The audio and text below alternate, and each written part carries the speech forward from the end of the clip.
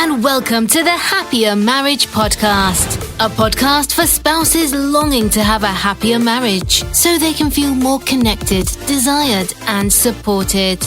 Now, to start the show, here is your host and Sherpa, licensed marriage and family therapist and certified relationship coach, Kingsley Grant. Thanks for joining me on the Happier Marriage Secrets podcast. This is episode 25, and today we are continuing our conversation with Eddie and Yannick Jackson on the topic of happier marriages and what's love got to do with it. What's love got to do? Got to do. And let me stop right there. Let me encourage you to make sure you listen to episode 24, which is part 1 of this interview. If you haven't, then stop this episode and go to episode 24 and listen. See, if you don't, then this episode won't make sense to you. So for that to happen, you have to listen to part 1, that is episode 24 of the Happier Marriage Secrets podcast. And now let me say this, that you've heard me say before, that you might be triggered by some of what you'll hear on this episode. But remember, that is one of the purpose of this show, to stir things up and then to take you in for a safe landing. This show is brought to you by KingsleyGrant.com. And our hope is that you will be challenged, inspired, and encouraged in this episode as in every other episode. So stay tuned. So, the big question is this. How is it possible that you have a happier marriage when you feel like you've tried everything? Your spouse isn't making an effort. You're exhausted. You feel like giving up. Or there's so much hurt that's taken place between you and your spouse. That is the question, and this podcast will give you the answers. What's up, ladies and gentlemen of Happier Marriage World? I hope you're ready for another round of the Happier Marriage Secrets podcast. I hope you listened to episode 24, like I said before, because you're going to hear in this episode that Yannick is going to pick up where she left off in the last episode. But you're going to also hear about how they spoke about love and forgiveness and other parts of their journey to where they are today, and how they're balancing their marital relationship and the work that they had to put in to take them to get where they are. Now, at the end of episode 24, you heard Yannick mentioned about how she used to say, "I forgive you, but I'm going to need time to heal." And that's where we ended in episode 24. So today we're going to hear her talk about what she meant by that statement, and you'll hear her husband's response to what she said. You're in for a treat as we took the interview in a deeper direction. Now, I want to say that you can view the interview in its entirety on my YouTube channel at youtube.com/Kingsley Grant. You can get the whole entire episode there if you want to watch the video, and I want to recommend you do that as well. And the link will be provided in the show notes. Again, like I want to mention this, you may or may not agree with all that you hear, but you can always share your thoughts through a comment or an email. Make sure whatever you do, though, to stick around to the end, because I have a special gift for you. Thanks again for joining me for this episode. As you've already heard, we're talking about happier marriages and what's love got to do with it. Again, this is part 2. So without further ado, seeing you learned about Yannick and Eddie in episode 24, let's pick up where we left off, where Yannick will say, "I forgive you, but I'm going to need time to heal." So Yannick, take it from there. So for me in the beginning, I used to say, "I forgive you, but I need time to heal." Mm-hmm. So that's what I used to say. So even though, looking back on those things that we argued about, it was like, what? That was so like minor, but Right. it was so major. Yes. It felt like major, issues at the time. I was like, "You didn't wash the dishes when I asked you to." like literally, like we had an argument about, because for me, I'm frugal. So I was like, ketchup is ketchup, cereal is cereal. But no, I want Raisin Bran. I want Kellogg's. And she wanted to get the value brand, and I'm like, "It's not the same." And even our perspective of treating ourselves, I'm like, treat yourself when you have X amount in the bank. for him, it was like, it's payday, you know, you treat ourselves. So like these different things that we navigate through. But I used to do that a lot. Now I've done better as far as actually the roles have turned a couple of times because I'm like, do we have money for all of this? Like hold on. No, that's true. So, well, I don't know if you're going to bring this up, but that's another thing, giving love a chance, right? When you give love a chance, you realize that as you learn to yield to each other, to serve each other, to love the other person the way you realize they enjoy to be loved, you tend to change. Like in the beginning, like when we would have conversations, I would want to go into the details with him, thinking, okay, he wants to hear the details. So there are times he'll be like, no, all I want is yes or no. So now I notice I'm just at that point where it's just a yes or no, and he wants to go into this whole big story. I'm like, I'm good. I was just good at the first part. No, I just wanted to tell you. I'm like, you know, so it's just so funny to see how that part has like you know, changed. But you know, forgiveness has played a major role, and just our faith walk, I feel has really helped us, because when we spend time like praying and devotion. Things that happen in the relationship, I noticed like he would come and just apologize. Things that had definitely like hurt my heart. Like, oh, you know, the perspective issues, like, oh, well, like he would take in the past, I noticed that I could say things like, oh, well, yeah, that's a great idea. And there's a certain season where my ideas weren't so great anymore. It was just like, just let me do what I want to do. Don't chime in. If I fail, I fail. And that was so different for me. I was like, what? You don't want to hear my from me? And then that caused a rift. So it's like just navigating, forgiving each other, like, okay, well, the way we respond to each other, the tone we use. Yeah. We even got to a season where instead of us talking, we'll email, and it's like these cats. Wait. Speak for yourself. You're the only one that emails, okay? Send emails or so where it's like, okay, well, we get it out either way. Yeah. Forgiveness plays a major role. Yeah, you know, I think as I sat here and just listened to that, because I think this fits into a framework that I believe is very fitting to kind of it's almost like I would say put like a template in place here, because I think what I'm hearing is that you guys are committing to change, right? So change has to take place in any area of our relationship, whether it's growth and so on. So you're committing to the change that is necessary, right? But you're also submitting for change. So when you just said, right, submit to each other, basically, you're doing it for the sake of change. You're allowing change to be the thing that, you know, guide and mold and shape you, right? So submitting for change, which is not the easy part, because you have to submit your will and your way. And it's what you guys are doing, which is really leading to what you're experiencing, a happier relationship, right? And then the last piece of that is permit that change, right? You're giving permission for the change to take place. And you keep on just going through those circling back and forth, because it's, you know, rinse and repeat, because what happened is that's the way forward. That's the relationship you're experiencing, right? And I think some couples fail in those areas because they don't allow those kind of I just call it the framework to take place, right? Because for forgiveness, right, to give and take forgiveness, and you said something very interesting, Eddie, because sometimes people will say that, if I forgive you, then the fear is then that means I have to then let it go, right? But letting it go is not easy, especially if you're the hurt person, right?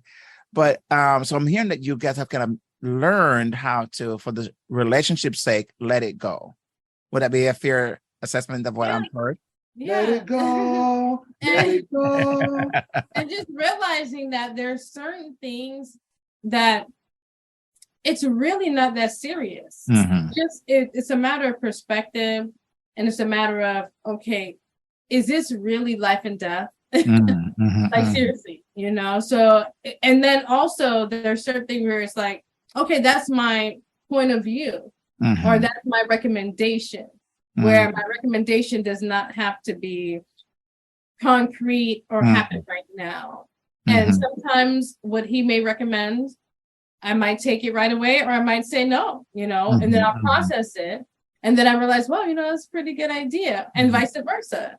But in the moment, it's like, okay, is this really something that we should allow to destroy our date? Especially when you're upset with each other and you do these little things, trying to dodge each other, not look at each other, or like when you're talking, you're mumbling. Yeah. You want something to eat? It's like, but it's like, okay, how long are you going to let that last? Because the way I view it now is every second we allow that to cultivate, those are seconds that we're robbing each other of an opportunity to be loving to each other and enjoy life, versus allow this to rob us of our joy. So that's how.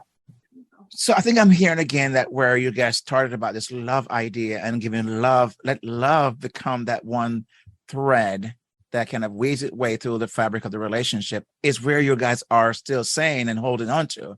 That's what is allowing you to be patient and being kind and be gentle and so on, right? Yes, it just ebbs and flows to that. But at the end of the day, you're still going to anchor around the word love, because that is your commitment to love each other, through the highs and lows and so on, where people bail out. And I wonder, this is such a great way of you guys kind of allowing people to hear from a perspective of what I call this a mature relationship, because not every relationship is mature or is growing into maturity, where you take time to look at it this way and give the other person a chance and not to be so quick, right, to conclude about some things when you really don't have all the information. So you really are a bit beyond the curve in many relationships, right? So a couple that might be struggling right now and listening, and they want their marriage to be happier, and they feel stuck, right? They just feel stuck in general, and I would love for you both to kind of speak to that. What would you say to that husband, Eddie, and Yannick? What would you say to that wife who is feeling that, but don't even know where to start or what to do?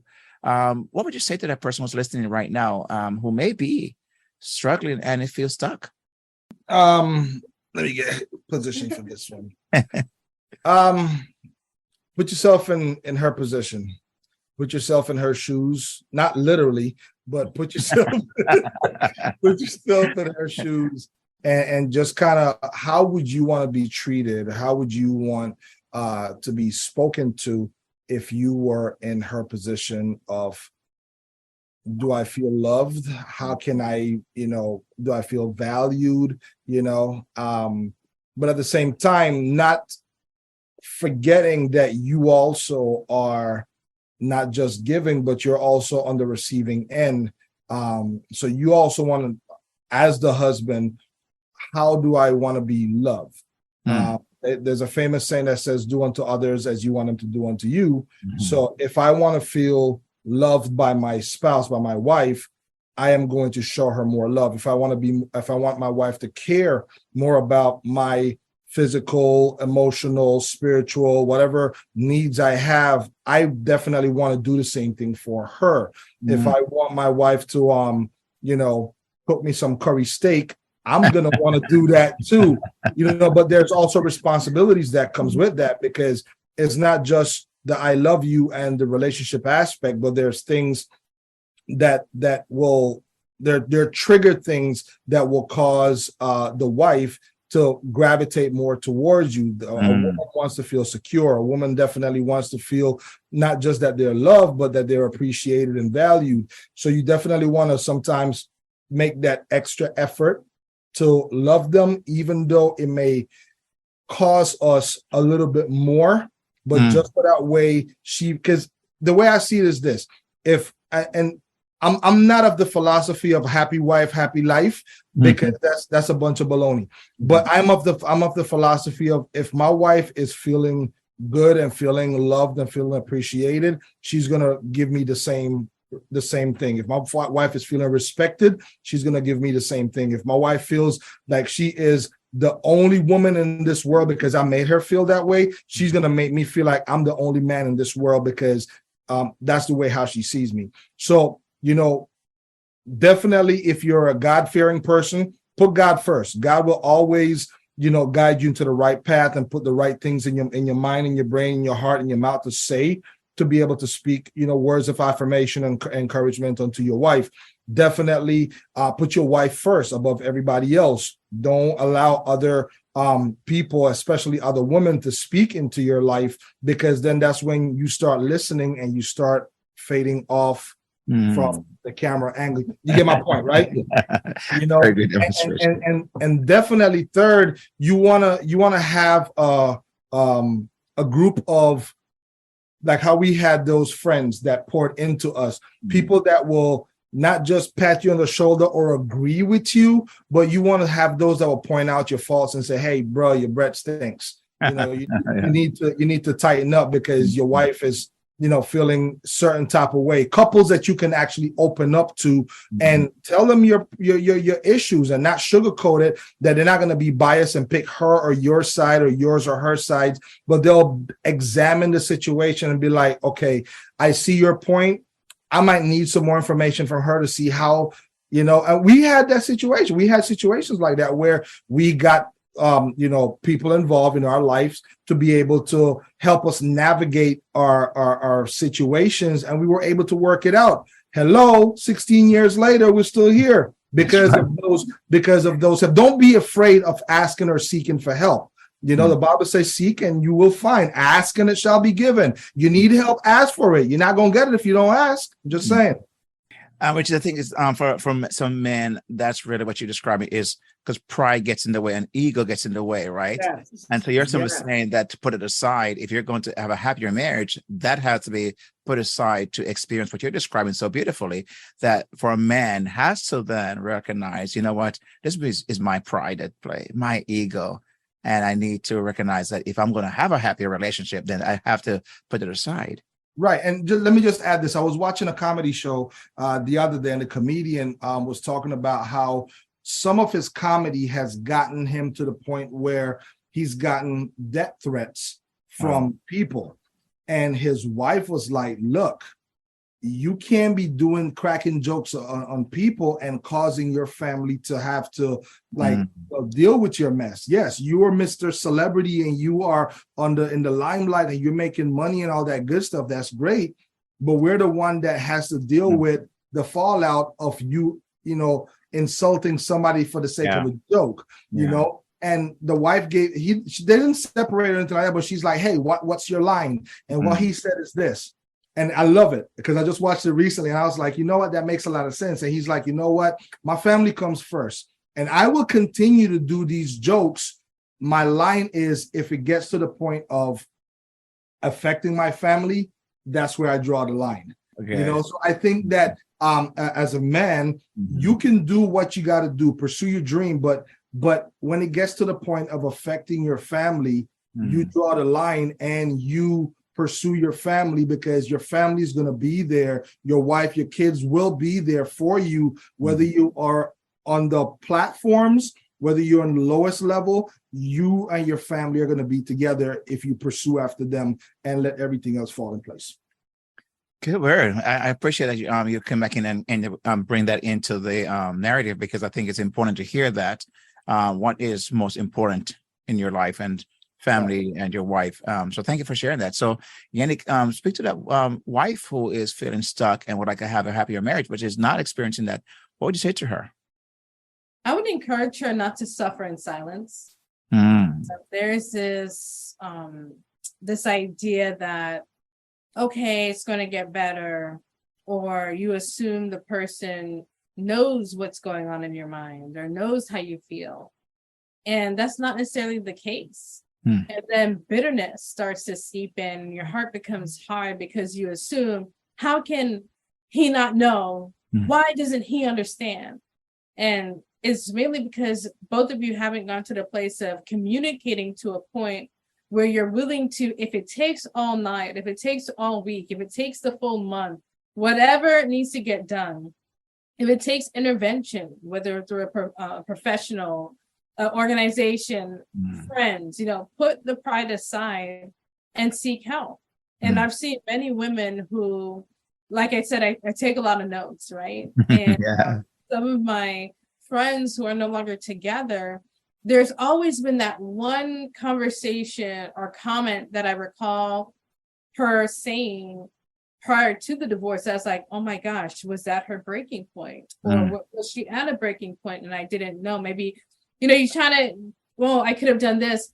But I'm like, I look back at those moments, okay, this is probably what she was experiencing. You know, for example, in our industry, especially when one spouse or both are in the public eyes, you know, many times you may be on separate stages, or there may be a season where your spouse is out, you know, fulfilling their dreams in your home, taking care of the children. And you may feel as though, what about my dreams? Yeah. What about me? You know, I have goals and desires too. Or you may end up quenching it, feeling like, okay, just let that person go. I want to speak to you to say, do not suffer in silence. Yeah. Voice your dreams, voice your desires. Just because you're married and you want to submit or be that, you know, whatever you're thinking in your mind, that doesn't mean you need to be silent and lose the things that you're passionate about. It just means we have to do things a little different. So I just want to encourage us, you know, the wife that's there, take time to speak to your spouse. Maybe just do an introduction and just say, during this time, I want us to talk because I'm having feelings right now where it's putting me in a space and I don't want to resent you. You know, I don't want to be frustrated with you pursuing the things that you're excited about and me feeling neglected. How can we work together on this? You know, and it's easier said than done. But if you are intentional having those conversations, not when you're at the peak of so frustrated, you're screaming, you're yelling, you have a breakdown, but those moments where it's like, okay, let me invite him into my headspace. Let me invite him into where I'm at right now. Because especially for those of us who have children, postpartum depression is real. Yeah. You know, and sometimes we're naive to it, feeling it's not me, it doesn't happen to me, it's other people. But if you're going through that, our hormones change. With social media, it's like before they used to say the grass looks greener, you know, on the other side. It's now on post, you know. So just be careful, do a heart check, make sure that the things that you're desiring as well is not based on what you feel or you feeling jealous of others, you know, where it's like you desire the fantasy of what you're seeing friends post or experience, and you're not getting it here. That means your life is miserable, you're not in a love relationship.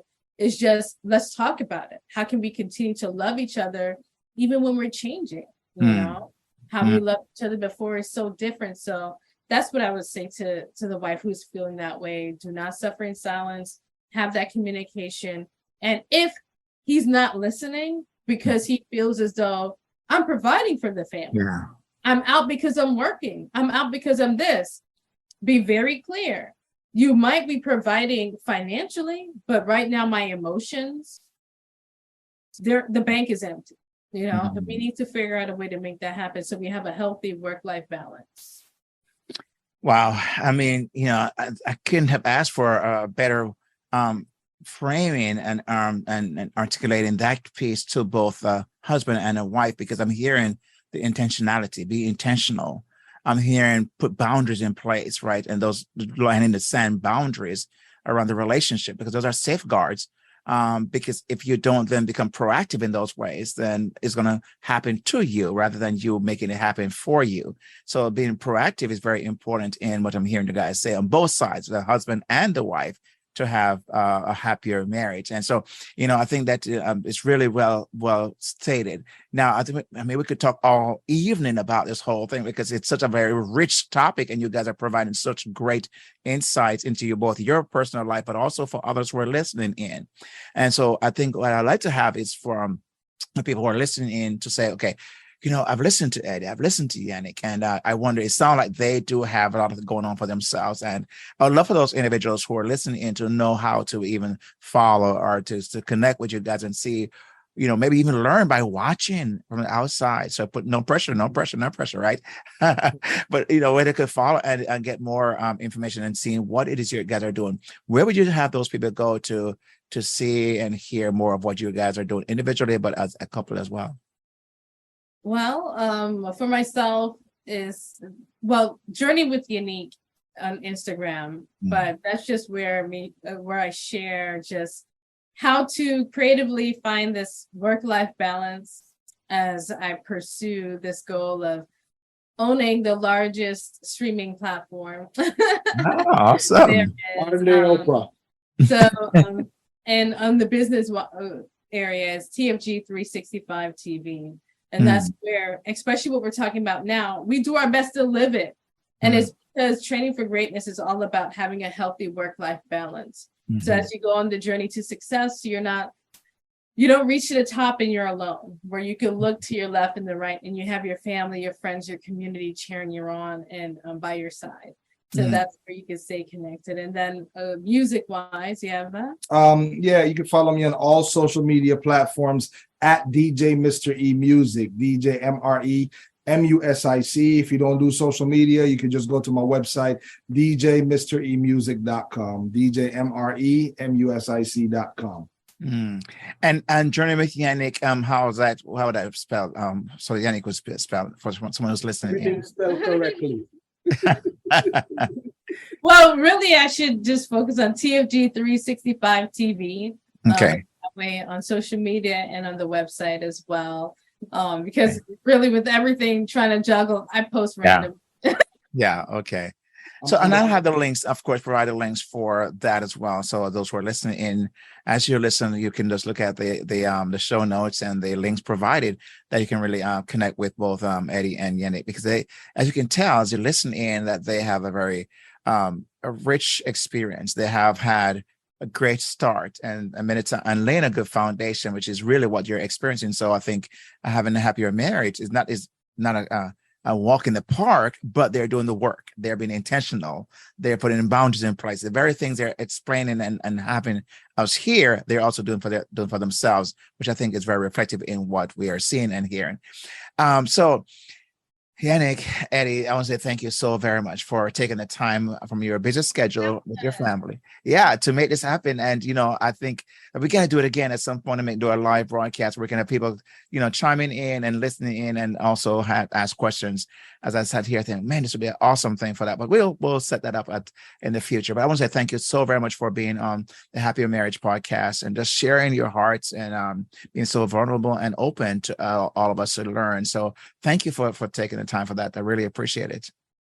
Thank you for having us. It was a beautiful experience. And I'm really grateful that we can speak to this in the season that we're in, because it does take a lot of work to have a happy, a joyous marriage. And being intentional, putting that work in, you can experience the joy of marriage. There is joy in it. It's not just all the drama, but when you break through those barriers, it's like a seed that's broken down within the soil, digging some roots, and then the world sees this beautiful flower. So everything is not perfect, but we are intentional of being dedicated to each other and working through the process and being on this platform to share and knowing that you're here with the training that you provide too, on the podcast. It's definitely helpful. And I think it's progress, not perfection. And we are always progressing, right? And so we're moving on towards the mark of perfection at some point.